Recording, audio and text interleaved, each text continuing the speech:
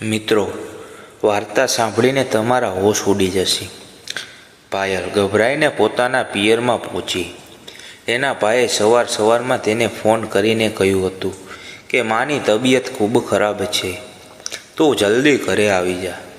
આ વાત સાંભળતા જ પાયલ ખૂબ ગભરાઈ ગઈ, કારણ કે તેની માની તબિયત ઘણા દિવસોથી ખરાબ હતી અને તેને એક પણ ખબર નહોતી કે જો કોઈની સાથે કંઈ અનહોની થઈ જાય છે તો પણ તબિયત ખરાબ હોવાનું કહીને જ તેને બોલાવવામાં આવે છે, જેથી તેને અચાનક આઘાત ના લાગે. તેથી અંદરો અંદર તે કોઈની અનહોનીની શંકાથી ધ્રુજી રહી હતી.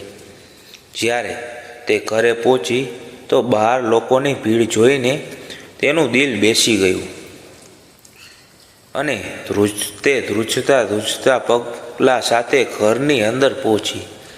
તેનું રડવું તો દરવાજાની બહારથી જ શરૂ થઈ ગયું હતું, પરંતુ જ્યારે તેણે આંગણામાં પોતાની માનું મૃત શરીર જોયું તો તે બધું ભૂલીને દોડીને માને વળગી પડી અને જોરથી રડવા લાગી. એની ભાભી અને ભાઈ એ ખૂબ મુશ્કેલીથી તેને સંભાળી. તેના પતિએ અને જ્યારે જોયું કે તે રડતા બેહોશ થઈ રહી છે તો તેના માટે પાણી લઈને આવ્યો. સાંજ સુધીમાં તેની માનો અંતિમ સંસ્કાર થઈ ગયો હતો. ઘરમાં એકદમ શાંતિ છવાઈ ગઈ હતી. વચ્ચે કોઈના રડવાનો અવાજ આવી રહ્યો હતો. પાયલ તો બસ પોતાની માની મીઠી યાદોને યાદ કરીને રડી રહી હતી. કેટલી અજીબ વાત છે ને દોસ્તો, જ્યાં પ્યારી યાદો આપણને હસાવે છે તે જ યાદો આવે આવા સમયે ખૂબ આંસુ આપીને જાય છે. આજે પાયલની આંખોમાંથી પણ આંસુ રોકવાનું નામ નહોતા લેતા.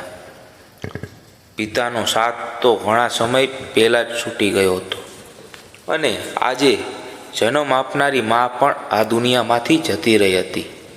અને આજે તેને એક અજીબ ડર પણ લાગી રહ્યો હતો કે શું માના ગયા પછી પણ ભાઈ ભાભી લાગી રહ્યો હતો કે શું માના ગયા પછી પણ ભાઈ ભાભી તેની પિયરમાં તે જ માન સન્માન આપશે જેમાં ના હયાત હોવામાં આપતા હતા. ક્યાંક એવું તેનું પિયર તેને ભૂલી તો નહીં જાય. ધીમે ધીમે સમય પસાર થવા લાગ્યો. બધા સગા સંબંધીઓ 13મા પછી પોતપોતાની દુનિયામાં વ્યસ્ત થઈ ગયા તો પાયલ પણ પોતાના ઘરે જવાની તૈયારી કરવા લાગી. ત્યારે જ તેની ભાભીએ તેને માના રૂમમાં બોલાવી. પાયલ માના રૂમમાં પહોંચી તો એવું લાગ્યું કે જાણે માની સુગંધ હજી પણ રૂમમાં હાજર હોય. તેનું મન ભારે થઈ ગયું. ત્યારે જ તેની ભાભી શીતલે કહ્યું, દીદી, હું ઈચ્છું છું કે માનું જૂનું બોક્સ તમારી હાજરીમાં જ ખોલવામાં આવે. માજી હંમેશા કહેતા હતા કે આ બોક્સમાં કંઈક એવું છે જે તેમના માટે ખૂબ અનમોલ છે. પાયલે સમિતિમાં માથું હલાવ્યું તો શીતલે તે બોક્સ ખોલ્યું. તેમાં પાયલની માની લગ્નની સાડી અને ખાનદાની પાટલા રાખેલા હતા. પાયલે માની સાડી ઉપાડીને પોતાની છાતીએ લગાવી લીધી. ત્યારે જ બાજુમાં રહેતી પડોશણ લીંબુ માગવા માટે ઘરમાં આવી ગઈ. તેણે જૂનું બોક્સ ખુલ્લું જોયું તો તે શીતલને બોલાવીને એક ખૂણામાં લઈ ગઈ અને બોલી, અરે ભાભી, તમે આ બોક્સ તમારી નણંદની હાજરીમાં શા માટે ખોલ્યું? હવે આ બધો સામાન લૂંટીને લઈ જતી રહેશે અને તમે જોતા રહી જશો. જુઓ, હું તો કહું છું કે પોતાની નણંદને આમાંથી કંઈ જ ના આપતા. એમ પણ તમારી નણંદે લગ્ન વખતે તો ઘણું બધું લીધું જ હશે, તો હવે સાસુના બધા સામાન પર તમારો જ અધિકાર છે. પાયલે પણ આ વાત સાંભળી લીધી હતી. તેનું દિલ દંગ રહી ગયું. તેનું તો મન થઈ રહ્યું હતું કે તે માની લગ્નની સાડી લઈને જાય, જેથી માની હાજરીનો અહેસાસ તેની સાથે રહે. પરંતુ હવે તેની આંખોમાં આંસુ વહેવા લાગ્યા અને તે અસમજણમાં પડી ગઈ હતી કે હવે તે ભાભી પાસે સાડી કેવી રીતે માગે. ક્યાંક તેની ભાભીને ખોટું ના લાગી જાય. હવે પરિસ્થિતિ પણ તો બદલાઈ ગઈ હતી.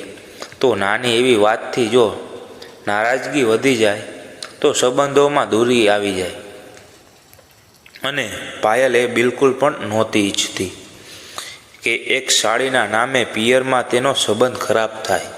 તે ઉદાસ થઈ ગઈ અને તેણે માની સાડીને ચૂપચાપ પાછી મૂકી દીધી. જ્યારે પડોશણ ત્યાંથી જતી રહી તો શીતલ ફરીથી તેની પાસે આવી.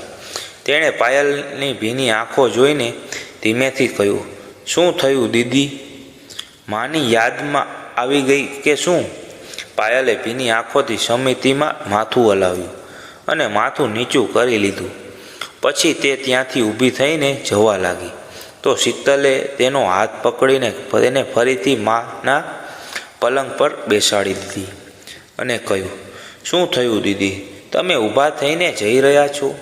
જુઓ, આ સાડી અને પાટલા તમે જ રાખી લો.